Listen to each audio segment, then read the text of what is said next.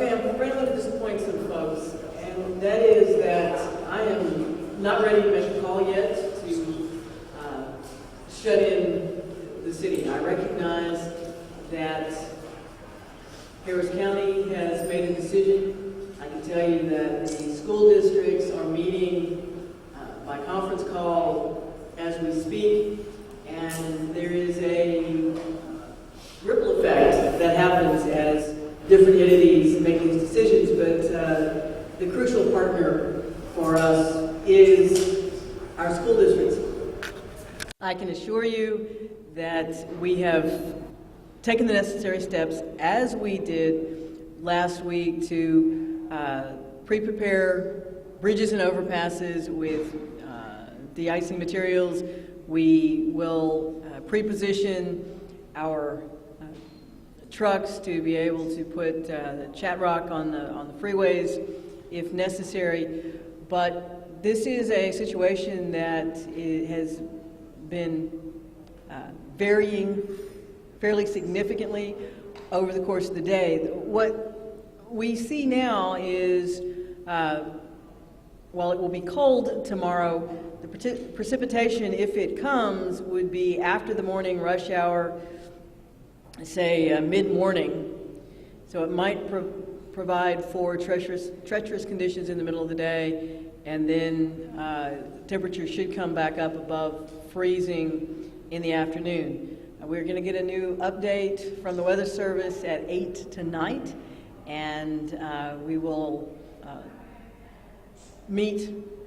post that update and make a final call. The critical element is what our school districts decide to do, because even if I make the announcement that the city offices will be open, if school districts close, folks are home, they're going to want to be there to take care of their kids, and we recognize that. So the key element for us is to be in good communication. We believe that the situation has improved over the course of the day. I'm not ready to make the call yet. Last Thursday or Thursday night, Friday morning, because the expected precipitation was immediately prior to rush hour, it was important to delay the start of the day, have people not hit those roads when they were at their most dangerous. With the timing for tomorrow, we can believe we can wait a little bit later to make the call. But as always, and the most important thing I can say, is it all depends on local conditions. Houston sprawls all over the place, and if you are in the northern suburbs of Houston, your chances of having icy streets are obviously much better than to be if you're in the Clear Lake area, for example. And so our decision always has a caveat, and that is it depends on local conditions. I'm going to ask Dan Kruger, the Public Works Director, just give you an idea of what we did last week and what we will be doing again this week to prepare for the ice. Well, thank you, Mayor.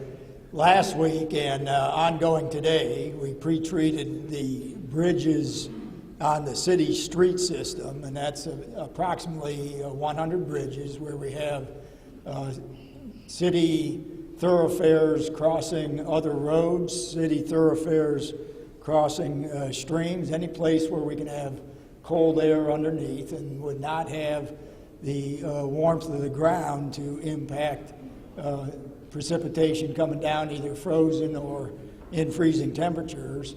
And we pre-treat with a magnesium chloride solution, the same thing that TxDOT uses on the state and federal highway system.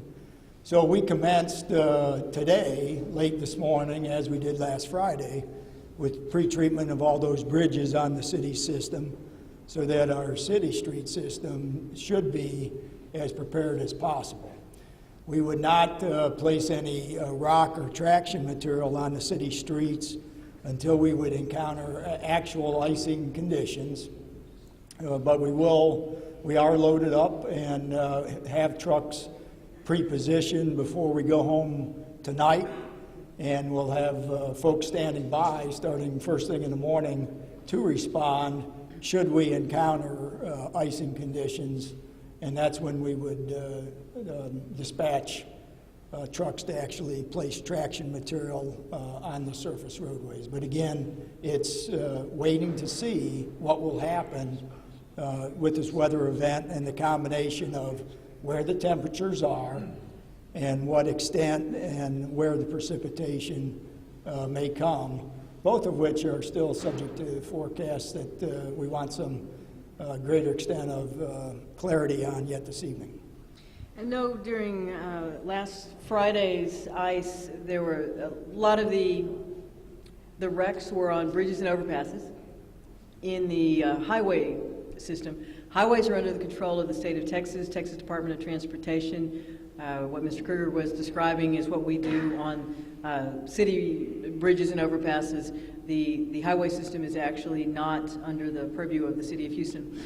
But one of the things that we do, in addition to putting magnesium chloride out, to providing chat rock and so forth for traction, is that we also work to keep people from getting on the roads if we know that icing conditions exist. And I want to thank the Houston Police Department for the work they did last week, and I know that they'll be doing again to try to be aware of conditions as they develop and work to keep people off dangerous sections of the roadway. I'm going to ask Chief McClelland to come forward. Thank you very much, Mayor. As all of you know, my department, all of our employees are essential, and we certainly have put plans and an action plan in place to deal with any emergency situation, and this is no different. But one of our most significant challenges when we had our last weather event a week or so ago is roadway accidents. I just want to remind the public, when we're in emergency operation with icy conditions, we do reprioritize our calls for service. And obviously those calls that require protection of life must be responded to first, and all other priority calls, property damage, those type things will take a longer response. But the most important thing is and we will have some, if you get into a vehicular accident, do not get out and stand in the roadway. Move the car from the freeway, shoulder, surface road, intersection to a safe spot.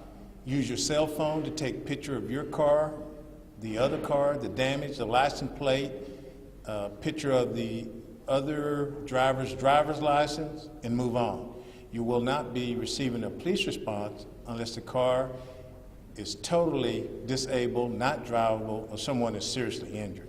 But it is too dangerous to stand in icy conditions, slippery roadways, while you're trying to figure out what to do. Should I move my car? Is HPD going to respond? It's just too dangerous. Thank you. And Chief Garrison? Thank you.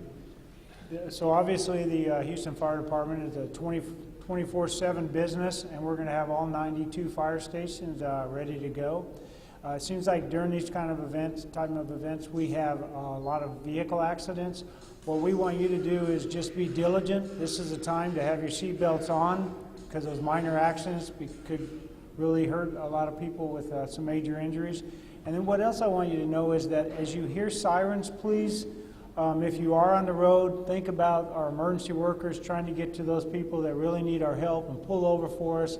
If you approach accidents where firefighters are on the street or police officers that are offering assistance, please go by there as slow as possible, because we do have secondary accidents as a result of the ice. When we're out there in the street, we're doing our job.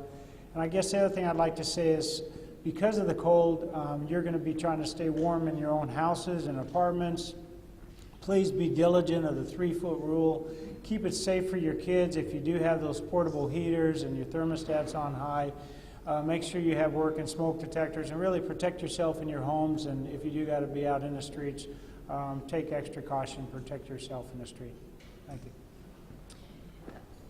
Again, I'm not going to make the call on closing city facilities until the next weather update after 8, but one of the things that we're trying to do better this week than we did last week is stay in close communication and coordination with the ISDs.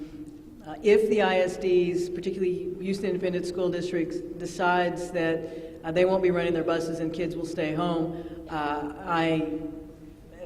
very, very high probability that the City of Houston will close its facilities as well, simply because we recognize that parents will need to stay home with their kids. But we're also aware that there are significant financial impacts on businesses, that there are significant impacts on the school districts if they choose to shut their doors for tomorrow. So we're all watching the weather very closely, and we'll try to make the best call for the majority of Houstonians. Most important thing, be aware of your local conditions. Now, anybody have any questions?